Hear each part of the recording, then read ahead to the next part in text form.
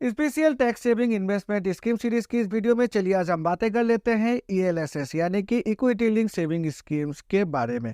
कुछ ऐसी investment scheme जहां पर टैक्स की रिबेट के साथ साथ करीब करीब 15% से लेकर 30% तक रिटर्न भी एकोमुलेट किया जा सकता है।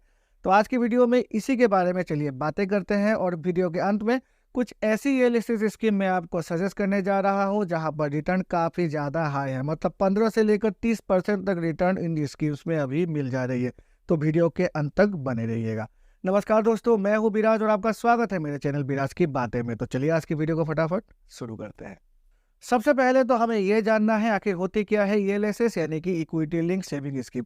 तो इक्विटी लिंक सेविंग स्कीम एक म्यूचुअल फंड स्कीम है। अब म्यूचुअल फंड स्कीम में क्या होता है, जो भी पैसे हम इन्वेस्ट करते हैं उसको डाइवर्सिफाई कर दिया जाता है अलग अलग कंपनीज में। ठीक उसी तरह से ईएलएसएस में भी जो भी हम पैसे इन्वेस्ट करेंगे उनको डाइवर्सिफाई कर दिया जाता है अलग अलग कंपनीज में।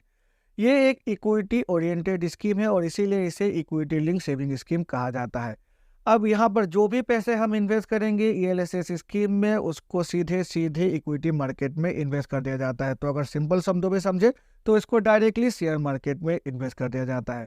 अब जैसे कि मैंने आपसे कहा, जो पैसे हैं जो भी हम इन्वेस्ट करेंगे उन पैसों को डाइवर्सिफाई कर दिया जाता है अलग अलग जो शेयर मार्केट की कंपनीज होती है उन कंपनीज में। तो कुछ जो हमारी इन्वेस्टमेंट अमाउंट है उसकी कुछ पोर्शन शेयर जो मार्केट होती है उसकी जो लार्ज कैप कंपनी होती है वहाँ पर इन्वेस्ट कर दिया जाते हैं। तो कुछ पोर्शन इन्वेस्ट कर दिया जाते हैं मिड कैप कंपनीज में, तो कुछ पोर्शन इन्वेस्ट कर दिया जाते हैं स्मॉल कैप कंपनीज में। तो जो हमारी पोर्टफोलियो है वो डाइवर्सिफाई हो जाती है अलग अलग कंपनीज में। अब जो भी पैसे हम इन्वेस्ट करते हैं उन जो जिन कंपनीज में हम इन्वेस्ट करते हैं तो उन कंपनीज के थ्रू रिटर्न भी जनरेट हो जाती है। और टोटल मिलाकर जो हमारी पोर्टफोलियो है उस पोर्टफोलियो में जो भी रिटर्न जनरेट होती है तो उसी को जो हमारी फंड है उस फंड की रिटर्न के तौर पर मान लिया जाता है। तो जो रिटर्न है वो यहाँ पर सेम यहाँ पर फिक्स नहीं होती है। जो मार्केट रिटर्न हमें देती है उसी रिटर्न के बेसिस पर ईएलएसएस फंड में भी रिटर्न को कैलकुलेट कर दिया जाता है। अब ये जो ईएलएसएस स्कीम होती है, सभी ईएलएसएस स्कीम की जो मिनिमम लॉकिंग पीरियड रखी जाती है वो रखी जाती है 3 सालों की। इसका मतलब ये हुआ जो भी पैसे हम ईएलएसएस स्कीम में इन्वेस्ट करते हैं उन पैसों को हम 3 सालों से पहले तो किसी भी सिचुएशन में नहीं डुबा सकते।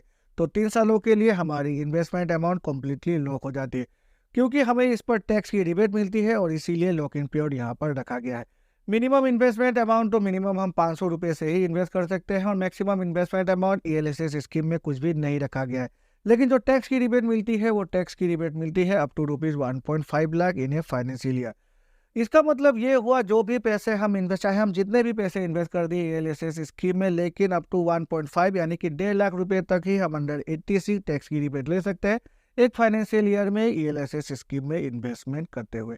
अब ईएलएसएस स्कीम में तो हमें अप टू ₹1.5 लाख टैक्स की रिबेट मिल जाती है अंडर 80C एक फाइनेंशियल ईयर में, लेकिन जो रिटर्न जनरेट हो जाती है उस रिटर्न पर हमें long term capital gain tax पे करना पड़ सकता है।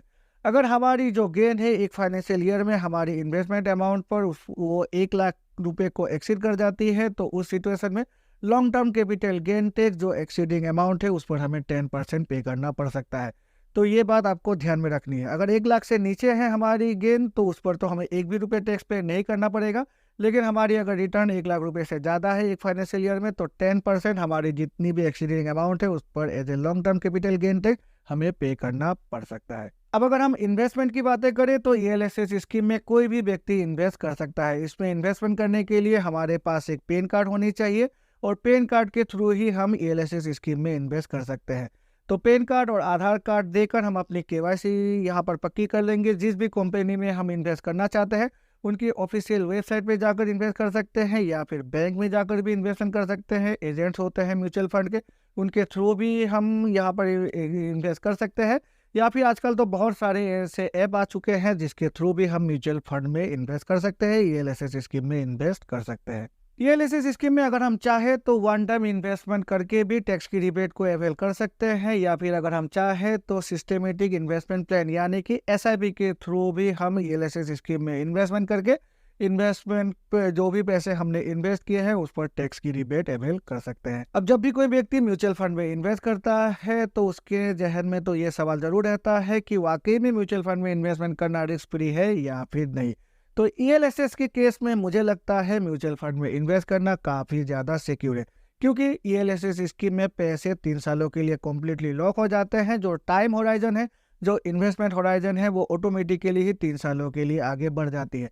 तो उसके हिसाब से म्यूचुअल फंड में 3 सालों की अगर हम रिटर्न देख ले, तो किसी भी फंड में जो रिटर्न है वो नॉर्मल फिक्स डिपॉजिट के रिटर्न से तो काफ़ी ज़्यादा अच्छी एकुमुलेट हो ही जाती है। और चूंकि यहाँ पर 3 सालों की लॉकिंग पीरियड है, तो अगर हम चाहे भी तो पैसे नहीं निकाल सकते। तो 3 सालों के बाद जो रिटर्न है वो नॉर्मल फिक्स डिपॉजिट के रिटर्न से तो काफ़ी अच्छी एकुमुलेट हो ही जाती है। तो टैक्स की रिबेट भी मिल जाती है और साथ में जो रिटर्न है वो भी हमें आज काफ़ी अच्छी खासी मिल जाती है ईएलएसएस स्कीम में।